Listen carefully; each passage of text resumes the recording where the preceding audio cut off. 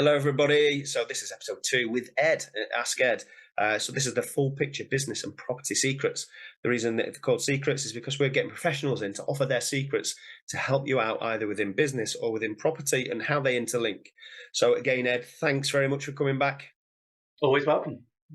Appreciate it. In the last episode, if you've not listened to it, Ed breaks down what is an EPC, but also the best hacks and how you can make sure that you're going to make, the most cost-efficient ways of improving your EPC. And it's important because it'll increase the value of your home, make it more sellable, but also then if you're a landlord, you're meeting the correct legislation which is coming out and get the best finance. In this next one, though, we're going to help you out with grants. So this one is all about grants and how you can find grants, and also talk about who's eligible for them and who's not eligible for them. So thanks again, Ed, for coming to talk about grants. I think we should just jump straight in and say, what are the grants for EPCs and how they can be utilised? So specifically, there's not necessarily grants for the EPCs, but grants for the properties to improve the energy rating. If you are a homeowner, then there are lots of grants out there. My mum is a prime example. Lovely lady, decent amount of money in the bank and all that kind of fun stuff. Owns her own home, no benefits. She actually, because of a health condition that she got a few years back, she's actually entitled to get external wall insulation on her property. I can explain how that kind of thing works for everybody as well. But there are loads of grants out there for anybody that owns their home. There are some for rental properties as well. But yeah, the government's kind of view is that if it's a rental property, strictly speaking, their view is the landlord should pay for those energy efficiency measures. Yeah, and I totally get that and the reasoning why. But I'm hoping that there might be something that they can do for certain ones, and we'll try and touch on that. But let's talk about the types of grant. You mentioned a few now, but what are they paying for? Insulation, are the heating ones, are the energy, like retrofitting certain bits? Absolutely. So yeah, everything is retrofit. So it'll be upgrades to boilers, upgrades to electric heating. So from panel heaters to what's called the high heat retention storage heaters, air source heat pumps, solar, internal, external wall insulation, underfloor insulation, of course, loft insulation, cavity wall insulation. If you have, it's typically in your Victorian houses, you've got a roof room, then you can have room in the roof insulation as well. So there's a number of different measures out there that you can get. And do these grants pay fully, or is it partial? How does that work? Great question. Yeah, so it depends on a property by property basis. Excuse me. So it used to be that your property would qualify. Nowadays you've got to jump it a certain number of points. If your circumstances are what people typically associate to grants, i.e. you're on benefits, then you're pretty much guaranteed you don't have to pay anything, because these are people that they're normally on benefits because they're on very low fixed incomes and have health conditions and such like. When you are looking at a property, so with a deemed score survey, as it has been for a number of years, they look at the property in that, what type of property is it, what construction is it, how many bedrooms are there. Those factors will then determine what's the amount of funding that an installer can get for that particular measure or those particular measures. So if this is generally the way it works, the bigger the house, the less chance you have got of having to pay any contribution. If you are in a 1-bedroom, 2-bedroom, mid-terrace house or flat or something like that, there's a lot less funding for the installer, and so the chances are higher you would be asked to contribute. Which is strange, because I thought it had been the opposite way around. It used to be. That's one of the things which a lot of people in the industry are kind of, scratching their heads over, going, why have the powers that be done it that way? But they have, and that's how it is. That's the government for us. Exactly. Nothing we can do about it, and nothing Ed can do about it, apart from he can give you the best advice ever. Yeah. So when we're talking about these grants, how do people find these grants? Okay, most common way is people will typically nowadays do a Google search. What they will find in that is they will have all these companies, that, fill out your details here, and then they'll be flooded with phone calls. A lot of those people you're speaking to are just marketing companies. They will say we are such and such energy, such and such a company. They might tell you they are the installer. It's very rarely true. Okay, so just be mindful of that. So my advice would be, I mean, I know I'm slightly biased in this. You can, of course, come to me. I've worked with a number of installers and have done for a long time, and I know great firms that do great work. Which I have actually sent family. Sent to my family's homes and things like that. So these are good people that do great work and look after their customers as well. But you can just do a general search. But if you are going to do that, if that's your choice, my recommendation is this: you ensure that you're speaking direct to the installer. So if you want to do a Google search, just make sure that you're speaking to the company that is actually going to do the installation. You are not speaking to X, Y, and Z marketing company, because there's just another step an unnecessary step as well in the process. Great tip. What a great tip that is. But I would also say speak to Ed. I appreciate that. I know he's my friend, but yeah, Ed knows his stuff, which we're going to go on to. In fact, we could talk about it a bit now, but in one of the later episodes, we're going to be talking about Ed and who is Ed. But you used to work for these grant companies as well, didn't you?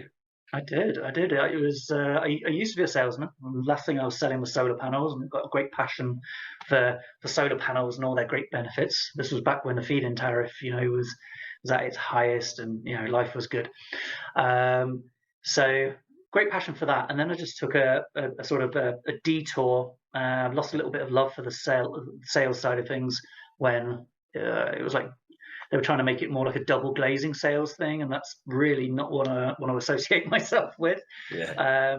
So I got into the surveying side of things. Well, although I should say, actually, initially I started door to door to say, hey, do you want free cavity wall and loft insulation? And at that time I worked with an agency. So this is where I got very first-hand experience of just how terrible the agencies and these middle people can be, and how they can screw things up and mess customers around. So I did that initially, wised up as we do as we go through life, and then started working directly with installers. Built a fantastic reputation and relationship with these installers, and then realized that at that time a part of the process with the grants were you would have an assessment done as, okay, yes, you need cavity wall or loft insulation, and so there would be my stage, if you like, and then after that I was then paying for somebody to do an EPC. So I thought, why am I doing that? Why, a little bit of greed. I was thinking, why do I not just train, and then I can do in that one time with the customer, with the homeowner, with the tenant, I can do everything. I can do my assessment, the EPC, can do all of that, and then I'm just passing it on as what they call a works ready order to the installer. So then there's two stages. There would have been me doing my thing, and then the next thing is the installer saying, hey, can we come along on such and such a date to do the installation? And that was it. So that's how things have been for a good long while now. Yeah, that's good. And that's why I love that story. And I thought it just important to get it out there that you know both sides of things, and you've seen the good, bad, and the ugly. And that's why you do what you do now rather than what you did in the past. So, Brill, a bit of a detour to the questions I've got, but getting back on track, because again, I want to keep this short, sharp, and sweet for the people that are listening to make sure that they gain as much from this as possible. So we talked about how to find them. And then it's like, what's the scope and how do then people apply? And when I say scope, I'm talking the eligibility of it. And I know we've touched on it a little bit, but who's eligible, who's not eligible? The homeowner versus the rental market. And that's because it can be a bit of a minefield, and some people think they can get it and they start factoring things in when they can't get them. So homeowners,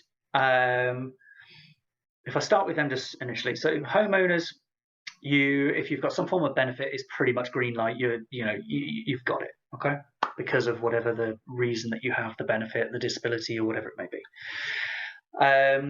So there's that. If that is not the case, which I touched upon with my mother, okay, my mum does not claim any benefits whatsoever.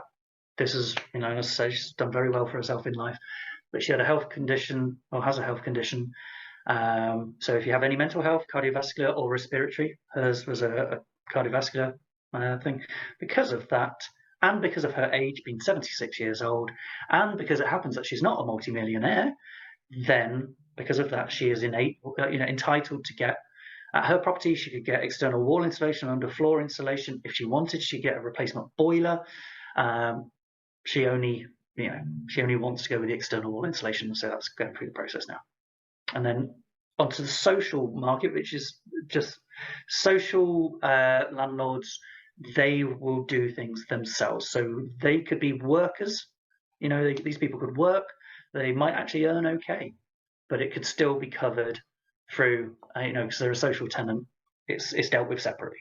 Mm-hmm. If we go on to the rental market, it's a lot more limited. I've touched upon already that the general view from the government is that it's the landlord's responsibility, rather than for many years prior to that, everybody, landlords were getting many improvements to their properties for free with no contributions.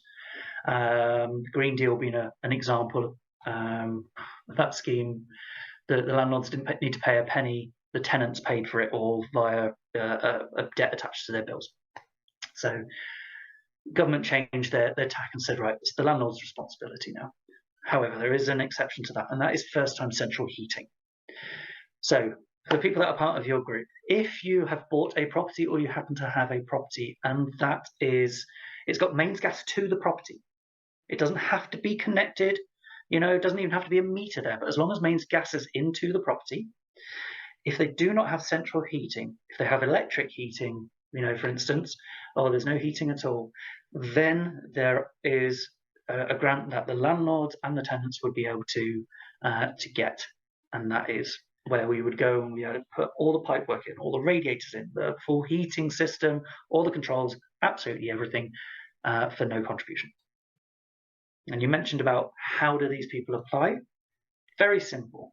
I receive phone calls all the time. In that phone call, I ask their circumstances. Does anybody in the house receive X, Y, and Z? Do you have anybody that's under this age or above that age? Any health conditions, etc.? If the answers to those are yes, then it's like, great, I'll come along and do my survey. And then I just basically do what I need to do. There's a form I fill out. Obviously, we fill out together. And then I give that to the installer as a works-ready order. And then you get the phone call to say, hey, can we come along and install it? Or with some installers, I actually make that appointment whilst I'm in the property with you. Wow. So that's pretty good. Mm-hmm. And it's good to understand that it's not an entitlement to everybody. No. People aren't eligible all the time. No. But there are local authority.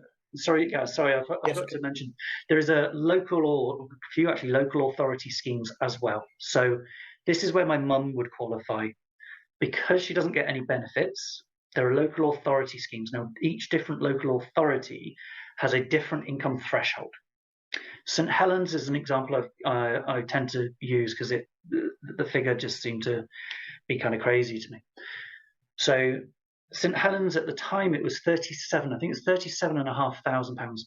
It was a single lady living in this property. Her husband had passed away. He was a retired teacher. She was a retired teacher. She had both of those pensions coming into the household. Nobody else lived in the property. She had a health complaint. She qualified under a local authority scheme, and the threshold from the local authority was, does the household as a whole earn £37,500 or less? And if it was yes, you got the grant, and if it was no, then you didn't. It was deemed that you have enough money to do it yourself. So each local authority is different. So you know what I mean? That's something where you really do need to speak to someone such as myself or the installer, explain your circumstances and all your tenants' circumstances. Then I or they can say to you, yes, something can be done, or unfortunately, I'm sorry, nothing can be done.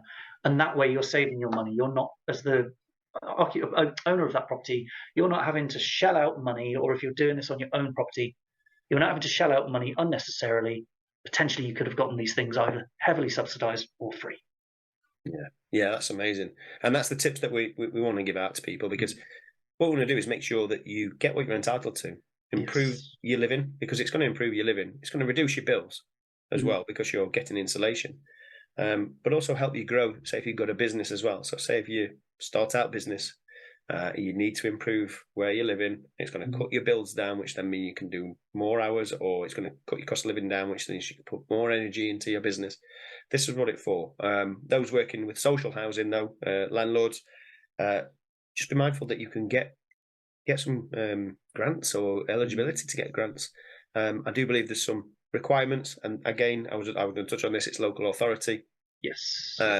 So there are certain requirements that change per local authority. So just remember, it's not a minefield, but there's things that you need to know. So yeah, just reach out, ask the question, and and then you'll be fine. You can go from there, fully in the knowledge and protecting, as Gaz says, your money, your investment.